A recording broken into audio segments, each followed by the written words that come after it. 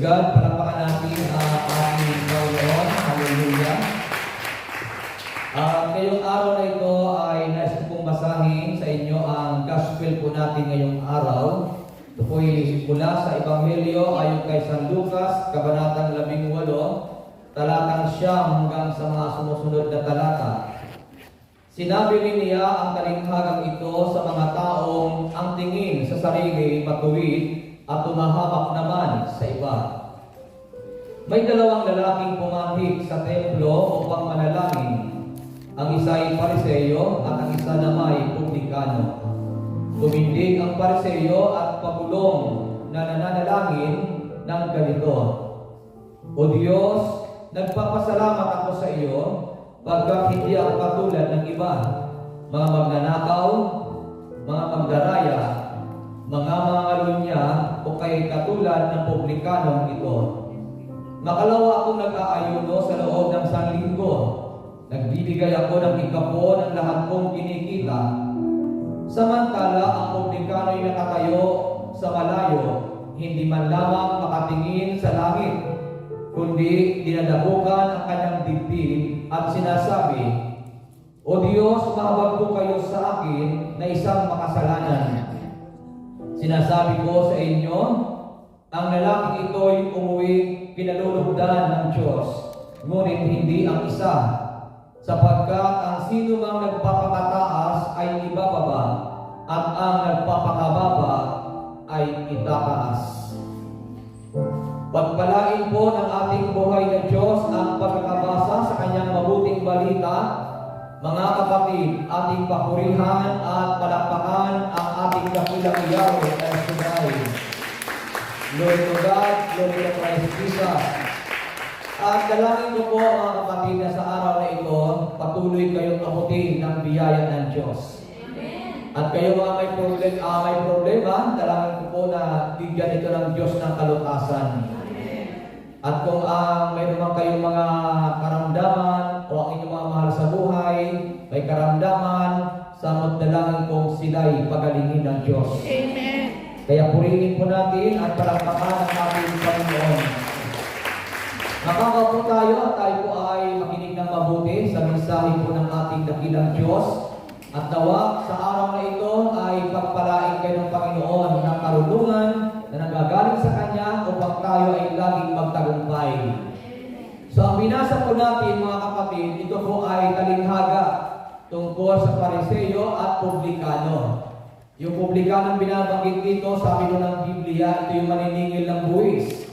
Kapag buwis ang pinag-uusapan, ay ang tingin kaagad ay makasalanan. Kahit sa atin, kapag buwis ang pinag-uusapan, hindi nakarating sa kaban ng yaman o sa lagi nawawala sa kaban ng yaman. Ayan. So, ngayong araw na ito, hayaan niyo po na balikan natin ang ating gospel na binasa. Sabi po ng Luke chapter 18 verse 9, sinabi rin niya ang talinghagang ito sa mga taong ang tingin sa sarili matuwid at tumahamak naman sa iba. May dalawang lalaking pumanhik sa templo upang manalangin. Ang isa ay Pariseo at ang isa naman ay Publikano. Tumindig ang Pariseo at pabulong na nananalangin ng ganito: O Diyos, nagpapasalamat ako sa iyo pagkat hindi ako katulad ng iba, mga magnanakaw, mga magdaraya, mga mangangalunya o kay katulad ng Publikanong ito. Makalawa ako nag-aayuno sa loob ng 1 linggo. Nagbibigay ako ng ikapo ng lahat kong kinikita. Samantala, ang Publikano'y nakatayo sa malayo, hindi man lamang makatingin sa langit, kundi dinadabukan ang kanyang dibdib at sinasabi, O Diyos, mahabag po kayo sa akin na isang makasalanan. Sinasabi ko sa inyo, ang lalaking ito'y umuwi kinalulugdan ng Diyos, ngunit hindi ang isa, sapagkat ang sino mang nagpapakataas ay ibababa, at ang nagpapakababa ay itataas. So alam niyo po, ang ganda po ng itinuturo sa atin ng talinghaga, kasi itong talinghaga po natin ay nagtuturo ito ng dalawang uri ng tao sa mundo. Dalawang klase ng tao sa mundo. At yung dalawang klase ng tao sa mundo ay nakita natin at narinig natin sa talinghaga na ating binasa. Yung una, sabi nga natin kanina, yung unang tao ay yaong mga mapagpakumbaba. Ito yung unang klase ng tao sa talinghaga. Sabihin niyo po mapagpakumbaba. Magpapakumbaba. So ito yung unang tao na binabanggit ng talinghaga natin. Ito yung katulad ng publikano o yung maninigil ng buwis. So, pangalawa, na tao na binabanggit ng talinghaga, yaong mga mapagmataas. Yung mga tao mapagkunwari at mapanghusga tulad ng Pariseo. Sa dalawang klase ng tao, ito ngayon ang focus ng ating pag-aaralan. Yung dalawang tao na ito, una, yung tao mapagpakumbaba, at yung pangalawa, yung tao mapagmataas, yung mga tao mapagkunwari, at mga tao mapanghusga tulad ng Pariseo. Kaya mamaya malalaman natin kung saan tayo bilong, saan tayo kasama rito. Gusto nyo ba na patuloy kayo abutin ng kamay ni Yahweh? Amen! Saan kaya tayo doon? Doon sa mapagpakumbaba o doon sa mapagkunwari? Doon sa mapagpakumbaba o doon sa mapanghusga? Doon ba sa mapagpakumbaba o doon sa mapagmataas? So ituloy natin ang pag-aaral natin. Amen! So sabi ng Biblia, sa talatang 18, talatang 13 ng kabanatang 18 ng aklat ng Lucas. Samantala ang publikaring nakatayo sa malayo, hindi man lamang makatingin sa langit, kundi dinadabukan ang kanyang dibdib at sinasabi, O Diyos, mahabag po kayo sa akin na isang makasalanan. Ito yung unang tao. Nang ibig sabihin, yung isang tao ito makasalanan siya, pero ang sabi ng Bible, hindi man lamang siya makatingin sa langit. Dinadabukan ang kanyang dibdib at sinasabi ng tao ito, mahabag po kayo sa akin na isang makasalanan. So ang tawag doon ay tao mapagpakumbaba.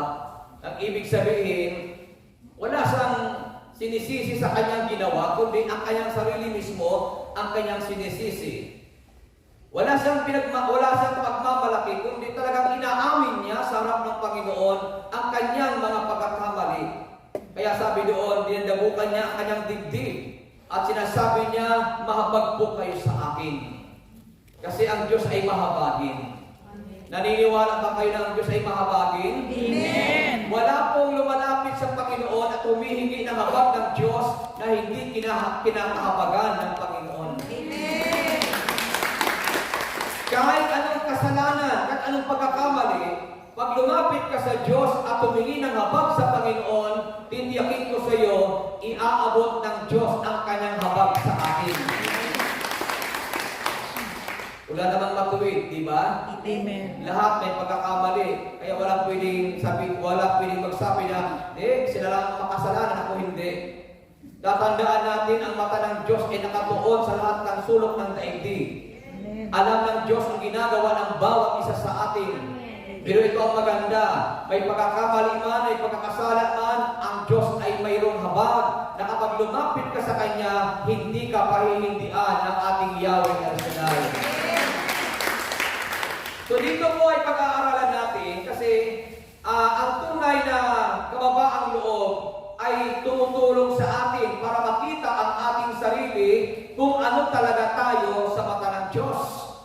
Ito yung may kababaan ng loob Tinutulungan tayo ng pagpapakumbaba para makita natin kung ano pa talaga tayo sa mata ng Panginoon. Nakikita natin ang ating sarili kung ano pa talaga ang ating buhay. So dito po mapapansin po natin na kapag ang tao ay mapagpakumbaba, ibig sabihin, dinadala ka nito sa buhay na mayroong pagkilala sa sarili natin. Nakikita natin, mali ako Amen ba?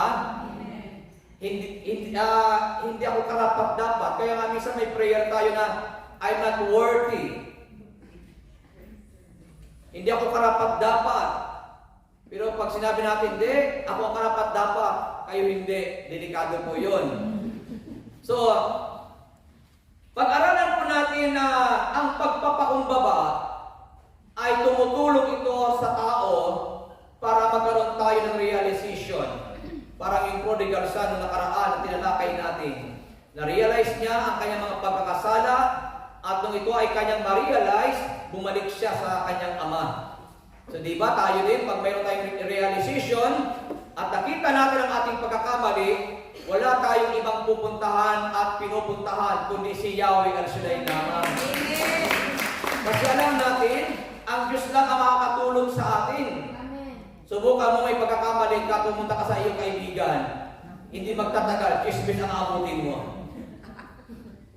Tama ba? Amen. Eh dito pa naman sa Hong Kong, bilib na bilib ako sa inyo kasi dito walang chismosa.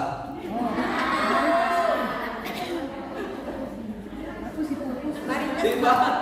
Kung walang chismosa dito, kaya huwag ka mag-click ko sa katabi mo.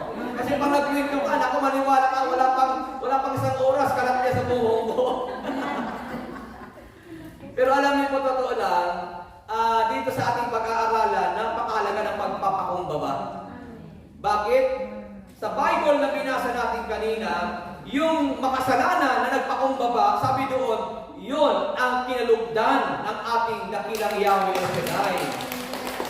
Sino ang gusto kalugdan ng Panginoon? Masabi mo sa ikatabi, magpakumbaba. Ano ba ibig sabihin ng pagpapakumbaba? Alam niyo po, ang tao na magpakumbaba ay hindi natin iniisip na mas mahusay tayo kaysa iba. Amen. Ising ba tayo? Amen. Ang tao na pagpakumbaba at may kababaang loob, kahit magaling ka at mahusay ka, pero hindi mo iniisip na mas mahusay ka kaysa iba. Amen. Tama ba? Tama. Kasi mapagpakumbaba eh. Alam mo, nasa iyo na yun eh. Bakit ka pa magaling? Eh, nasa iyo na yun. Kaya hindi ka na dapat magmayabang. Kaya ang tao mapagpakumbaba, kahit magaling at mahusay, hindi mo sasabi, ako may alam, ikaw walang alam. Hindi niya pinapalagay na siya may alam ng lahat ng bagay. Hindi niya iniisip ni minsan na siya ay mahusay sa lahat ng bagay. Kung mahusay ka, huwag mo nang sabihin pa. Kasi nasa iyo na yan. Hindi yan maaagaw sa iyo. Hindi yan makukuha sa iyo. Kahit kunin sa iyo ang credit, ikaw ang gumawa. At hindi nakita ng boss mo na ikaw ang may gawa. Tapos kinuha ng iba yung credit, di ba? Credit card. Yung ano ba yung credit? Yung hindi naman parangal eh. Yung parang ikaw yung isa ang talagang nabigyan ng papuri kasi inangkin niya. Kahit angkinin yun ng isang tao na hindi naman siyang gumawa, huwag kang mag-alala. Kasi pag siyang pinagawa, hindi niya magagawa yun. Amen. Bakit? Ikaw ang may alam noon. Amen. Tama ba? Tama. Kaya ngumiti ka lang. Kaya sabi mo sa katabi mo, ngumiti ka lang. Ngumiti ka lang.